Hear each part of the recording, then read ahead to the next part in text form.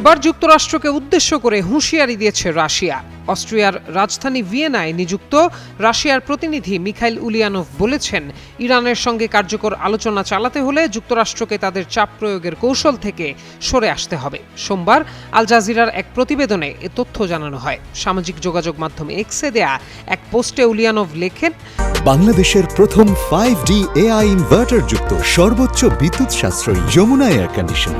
যুক্তরাষ্ট্র সাধারণত শক্তিগত অবস্থান থেকে আলোচনার চেষ্টা করে এবং সামরিক পদক্ষেপ বা নিষেধাজ্ঞা কঠোর করার হুমকি দেয়। তবে তার মতে এই পদ্ধতি ইরানের ক্ষেত্রে কার্যকর নয়। উলিয়ানোভের মতে বর্তমান পরিস্থিতিতে এগিয়ে যাওয়ার জন্য যুক্তরাষ্ট্রের উচিত তাদের অবস্থান থেকে ব্ল্যাকমেইলিং, আলটিমেটাম এবং সময়সীমা নির্ধারণের মতো উপাদানগুলোকে বাদ দেয়া। আল জাজিরার প্রতিবেদনে আরও বলা হয়, এই মন্তব্য ইরান যুক্তরাষ্ট্র উত্তেজনার মধ্যে রাশিয়ার অবস্থানকে স্পষ্ট করছে। ধারণা করা হচ্ছে আব্বাস আরাকচির রাশিয়া সফরে এ ধরনের বার্তা আরও জোরালো হতে পারে।